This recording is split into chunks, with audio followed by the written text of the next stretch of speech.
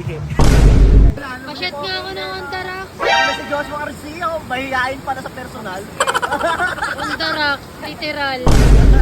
Mga pre, natawag na naman ako ng bundok. Dito na naman kami sa Nagcarlan, Laguna. Anong gagawin? Makiki-birthday. Birthday kasi ngayon ng lola ni Pat. At sakto sa resort siya gaganapin. Swimming na naman. Mangingitim na naman yung maitim. Di pa nga pumuputi, itim na naman. After nito, hindi na talaga muna ako magsiswimming. Pangalan pala nitong resort is Villa Elena. Located pala to dito sa Nagcarlan, Laguna. Maganda dito guys. Talagang tatawagin ka ng bundok na to. Ito ata yung bundok Banahaw. At katabi nito yung Cristobal Mountain. Hindi po sa amin yun ha.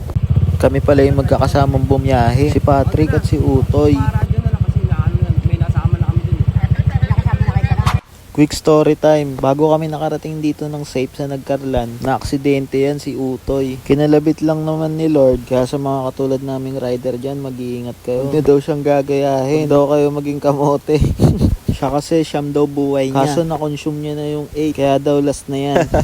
Mabalik tayo dito. Pababa na kami. Meron din kasing pool dyan sa baba. Bukod sa pool is meron pang isang maganda dito. Meron din daw batis. Isa rin nagpapaganda dito is yung mga puno ng nyug. Ito nga pala si Lola. Siya nga pala yung may birthday ngayon. Happy birthday po.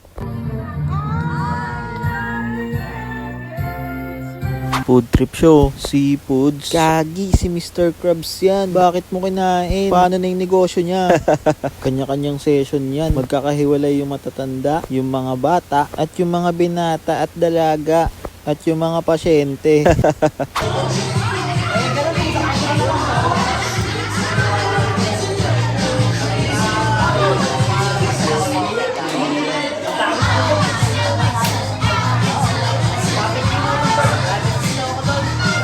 Dito papunta na kami sa Batis. Hanap na kami ng spot. Pakaganda naman ng bebe ko na yan. Red horse pala yung laman ng hawak. Kasi bawal sa Batis yung bote. Let's go. Dito nga pala banda sa baba yung Batis. Malawak din yung parking dyan. Kung gusto nyo na mas mura, meron ata dito mga tent pwedeng ilatag dyan sa paligid. Ang lamig pala ng tubig dyan pare. Pumipiyok pa. Nakapwesto na. Nature vibe na. Ano na ba yung uso sa TikTok na kanta? Yung para bang yun sinasinindihan. Para bang yun sinasinindihan. Di mapigilan ang naramdaman o parang nikotin. Sa lalamunan mo na dumadaloy hindi magaan. May tumutusok pero usok man o makatingan nung napadaan. Palo lang nakipagsapalaran. Pagtapos ipasa alam mo na yan. Pasyat nga ako ng Ondarak. Si Joshua Garcia, mahihain pa na sa personal. Ondarak, literal. Stopper stopper.